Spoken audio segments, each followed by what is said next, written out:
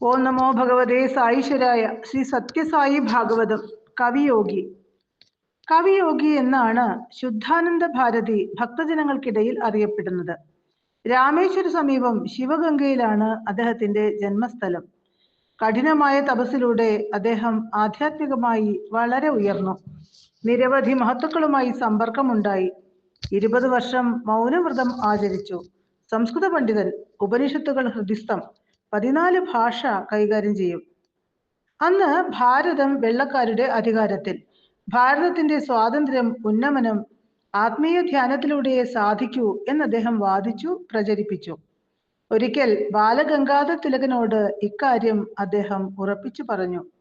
മഹത്തുക്കളായ ആധ്യാത്മിക പുരുഷന്മാരുടെ സഹായത്തോടെ ഭാരതം സ്വാതന്ത്ര്യം നേടൂ. ഇപ്പോഴും അത്തരം മഹത്തുക്കൾ ഉണ്ടോ? ബാലഗംഗാധര തിലകൻ തിരക്കി. ഉണ്ട്, ഇപ്പോഴുമുണ്ട്. ഷിർദിയിലെ സായിബാബ. നമുക്ക് വഴി കാണിക്കാൻ ബാബയ്ക്ക് കഴിയും. അങ്ങനെ അവർ എല്ലാവരും കൂടി ഷിർദി സായി ദർശനത്തിനായി പോവുകയും ചെയ്തു. അവർ ചെല്ലുമ്പോൾ കരുണാസാഗരമായ സായിനാഥൻ വേപ്പുവൃക്ഷ ചുവട്ടിൽ ഇരിക്കുന്നു. സന്യാസിയെ കണ്ടതും ബാബ പറഞ്ഞു, സഹോദരാ, വരൂ. നിങ്ങൾ പരസ്പരം ഇങ്ങനെ തർക്കിച്ചു കൊണ്ടിരുന്നാൽ രാജ്യത്തിന് സ്വാതന്ത്ര്യം ലഭിക്കുമോ? ലക്നൌവിൽ തങ്ങൾ സംസാരിച്ച വിവരം ഷിർദിയിലിരിക്കുന്ന സായിനാഥൻ അറിഞ്ഞപ്പോഴുണ്ടായ ആഹ്ലാദത്തിൽ സന്യാസി അവിടെ വെച്ച് തന്നെ പാടി, ബാബ തവ തിരുസന്നിധിയിൽ എൻ ചിന്തകൾ മറയുന്നു, തവ ദിവ്യശക്തിയാൽ എൻ മനം ആനന്ദത്തുടി കൊട്ടുന്നു. ബാബ തവ തിരുസന്നിധിയിൽ എൻ ചിന്തകൾ മറയുന്നു, തവ ദിവ്യശക്തിയാൽ എൻ മനം ആനന്ദത്തുടി കൊട്ടുന്നു. തിരുമുഖ ദർശനത്താൽ മമ ഹൃദയം ജലിപ്പൂ നാഥ, തവ സ്പർശന ഭാഗ്യത്താൽ ഞാൻ അലിയുന്നു ദേവാ. തിരുമുഖ ദർശനത്താൽ മമ ഹൃദയം ജ്വലിപ്പൂ നാഥ, തവ സ്പർശന ഭാഗ്യത്താൽ ഞാൻ അലിയുന്നു ദേവാ. ബാബ തവ തിരുസന്നിധിയിൽ എൻ ചിന്തകൾ മറയുന്നു, തവ ദിവ്യശക്തിയാൽ എൻ മനമാനന്ദത്തുടി കൊട്ടുന്നു ബാബ. 6 മാസം ഭാരതി സ്വാമികൾ ഷിർദി സായി സന്നിധിയിൽ തങ്ങി. ഒരു ദിവസം ഒരു കാവ്യവസ്ത്രം ഭാരതി സ്വാമികളുടെ തലയിൽ കെട്ടിക്കൊടുത്തുകൊണ്ട് സായിനാഥ് അരുളി, ശുദ്ധാനന്ദ, നീ എപ്പോഴൊക്കെ എന്നെ സ്മരിക്കുന്നുവോ അപ്പോഴൊക്കെ ഞാൻ നിന്നോടൊപ്പം ഉണ്ടാകും. ഇങ്ങനെ അരുളിക്കൊണ്ട് സന്യാസിക്ക് കഴിക്കാനായി ഒരു കഷ്ണം റൊട്ടി നൽകി. അതിനുശേഷം തന്നെ വിട്ടുപോകാനും ഉപദേശിച്ചു. പിന്നീട് 20 വർഷം ശ്രീ അരബിന്ദോയോടൊപ്പം ഭാരതി സ്വാമികൾ താമസിച്ചു. കുറെ വർഷം രമണ മഹർഷിയുടെ സന്നിധിയിലും മെഹർ ബാബയുടെ സന്നിധിയിലും അദ്ദേഹം തപസ് ചെയ്തു. ഭാരതി സ്വാമികൾ മദ്രാശിയിൽ തങ്ങവേ ഒരിക്കൽ ഭഗവാൻ ശ്രീ സത്യസായി ബാബ സായി സമാജം സംഘടിപ്പിച്ച സമ്മേളനത്തിൽ പങ്കെടുക്കാൻ എത്തി. ഭാരതി സ്വാമി ഭഗവാന്റെ പിന്നിലിരുന്നു. സ്വാമി തിരിഞ്ഞു നോക്കിയിട്ട് അരുളി, കണ്ടതിൽ സന്തോഷം. അതിനുശേഷം സ്വാമി വിഭൂതി സൃഷ്ടിച്ച് സന്യാസിയുടെ നെറ്റിയിൽ തൊടുവിച്ചു. 1959 വെങ്കിടഗിരി നഗരത്തിൽ ദിവ്യജ്ഞാന സമാജം ഒരു സമ്മേളനം സംഘടിപ്പിച്ചു. ഭഗവാൻ ബാബ ആയിരുന്നു മുഖ്യാതിഥി. സമ്മേളനത്തിൽ പ്രസംഗിക്കവേ ഭാരതി സ്വാമി പറഞ്ഞു, ഷിർദി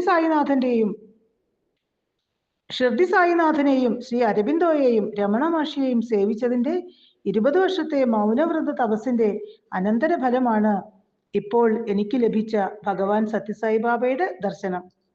ഒരിക്കൽ ഭഗവാൻ ബാബയ്ക്കൊപ്പം ആഹാരം കഴിക്കാനുള്ള മഹാഭാഗ്യം അദ്ദേഹത്തിന് ഉണ്ടായി.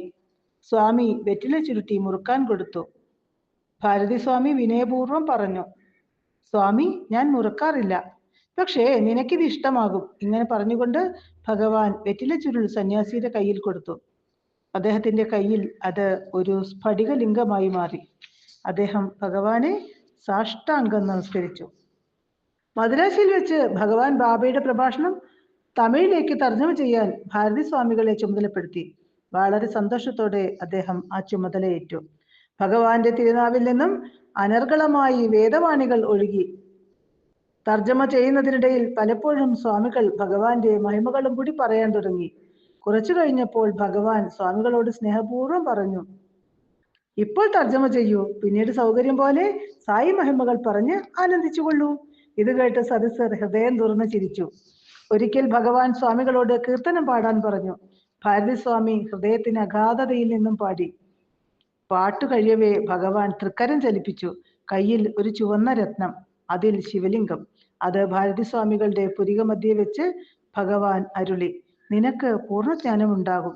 നീ ലോകം മുഴുവൻ സഞ്ചരിച്ച് ഭക്തി പ്രചരിപ്പിക്കും. അതിനുശേഷം ഭാരതി സ്വാമികൾ നിരവധി രാജ്യങ്ങൾ സഞ്ചരിക്കുകയും ഏകദേശം 1000 പ്രഭാഷണം നടത്തുകയും ചെയ്തു. സനാതന ധർമ്മ പരിപോഷണത്തിനായി ഭാരതി സ്വാമി അടയാറിൽ യോഗ സമാജം സ്ഥാപിച്ചു. ഒരു നവരാത്രി കാലത്ത് ഭാരതി സ്വാമി പർത്തിയിലെത്തി. ഭഗവാൻ അരുളി, ശുദ്ധാനന്ദ, ഒടുവിൽ നീ ലക്ഷ്യത്തിലെത്തി.